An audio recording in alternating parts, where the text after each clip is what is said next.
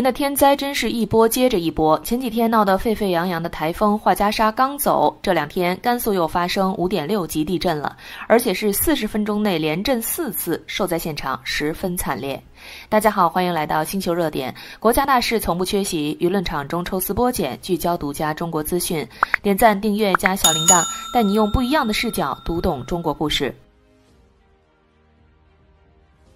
凌晨5点多，夜色还未完全褪去，陇西及周边多地的人们正沉浸在熟睡中，突如其来的震动却将他们从梦中惊醒。5时49分，这场5.6级地震正式开始，震源深度达10公里，正中位于距离陇西县约11公里的文峰镇，离震中最近的汪家坡村仅0.9公里。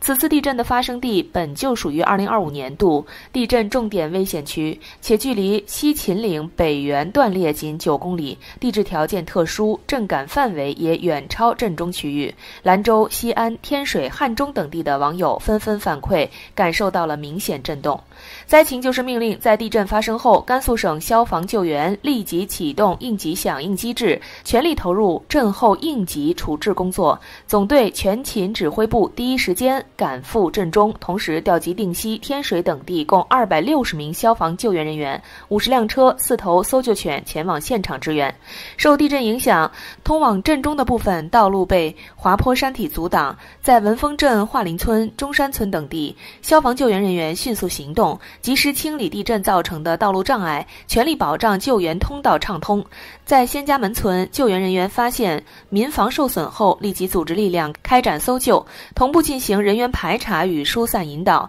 确保每一位村民的安全。在回龙池村，消防救援人员还协同当地民警对受损房屋进行清理排险。与此同时，救援力量还在马家渠村、回龙池社、仙门村社等多个点位全面展开灾情排查，对受损和倒塌房屋逐一排查清理，及时排除风险隐患，防止次生灾害发生。为做好后续增援准备，甘肃省消防救援总队还同步集结了兰州、陇南、庆阳等8个支队的500名消防救援人员、110辆消防车、10头搜救犬以及大量器材装备，让救援人员在营区待命，随时能跨区域出动支援。值得一提的是，在地震发生后，有记者第一时间赶赴了受灾较重的定西市陇西县文峰镇，在现场，记者看到消防、公安等多方应急救援力量正在有序开展救援，地震中受伤的群众也已在当地医院受到妥善救治。随后，在前往受灾较重的文峰镇桦林村的路上，记者发现沿途部分路段有掉落的碎石和土方，但交通并未受阻，随处能看到消防、公安等救援人员忙碌的身影。他们有的在开展交通疏导，有的在进行风险排查，全力守护着镇区的秩序与安全。甘肃省消防救援总队总队长陆军介绍称，总队抽调的250名消防救援人员已经与当地干部混合编组，进入文峰镇的10个村庄开展救援工作。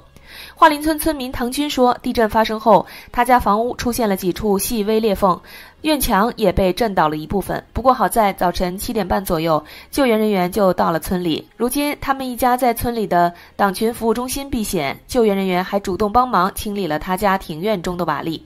记者在桦林村走访时看到，部分民房有瓦砾掉落，但大部分民房基本完好。一些受访村民表示，村里部分用于堆放杂物的老旧土坯房出现了裂缝、倾斜等情况。但面对灾情，受灾群众都没有退缩，而是积极开展自救与互救。大家主动帮助受灾较重的村民整理院落，一起清除村组道路上的泥土，用行动传递着温暖。记者从定西市抗震指挥部办公室了解到，截至27日12时20分，此次地震共造成定西市陇西县和张县30个乡镇2532户受灾，4328间房屋受损，9人受伤。目前已有7812名群众被转移安置，所有伤员均得到了及时救治。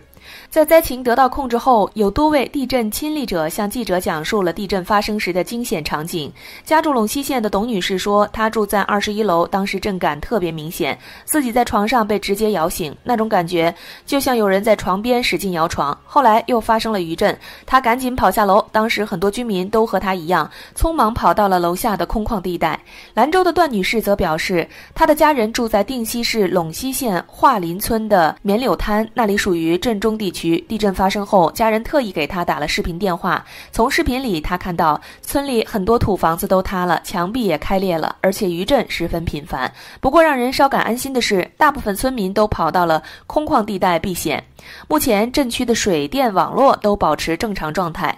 网上也有一位甘肃网友回忆道，当时他先是听到房顶上夸夸作响，起初还以为是猫在打架，直到华为手机弹出地震预警，才反应过来是地震，于是自己来不及穿鞋就光着脚冲出室外，此时才发现外面正在下雨。不过万幸的是，此次地震虽有房屋受损、人员受伤，但在救援力量的火速驰援与受灾群众的自救互救下，最终实现了零死亡的结果，可谓是有惊无险。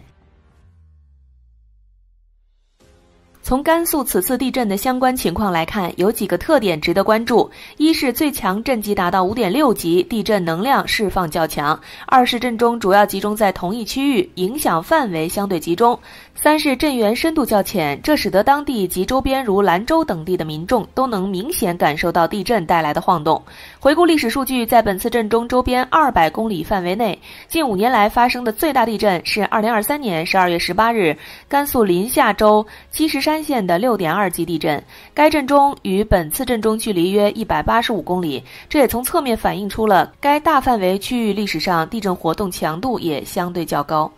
需要特别向大家说明的是，目前地震尚无法实现精准预测，这是全球范围内尚未突破的科学难题。日常生活中，大家收到的地震预警与地震预测并非同一概念，二者常被混淆。地震预警是在地震已经发生后，利用地震波传播速度小于电波传播速度的特点，在破坏性地震波到达设防区域前，提前几秒至数十秒发出的警报信息，目的是为民众争取避险时间，减少损失。而地震预测是指提前对地震发生的时间、地点、震级等进行判断，目前还不具备实现的科学条件。此次不少民众能及时收到地震预警，正是得益于中国已经全面建成并投入使用的地震预警系统。那么言归正传，为何甘肃定西区域地震活动相对频繁？其实核心原因在于它所处的地理位置和地质构造背景。甘肃本身就是中国地震活动较为活跃的省份之一，地处青藏快体东北缘，地质构造复杂，中国著名的南北地震带与河西走廊、祁连山地震带基本贯穿全省，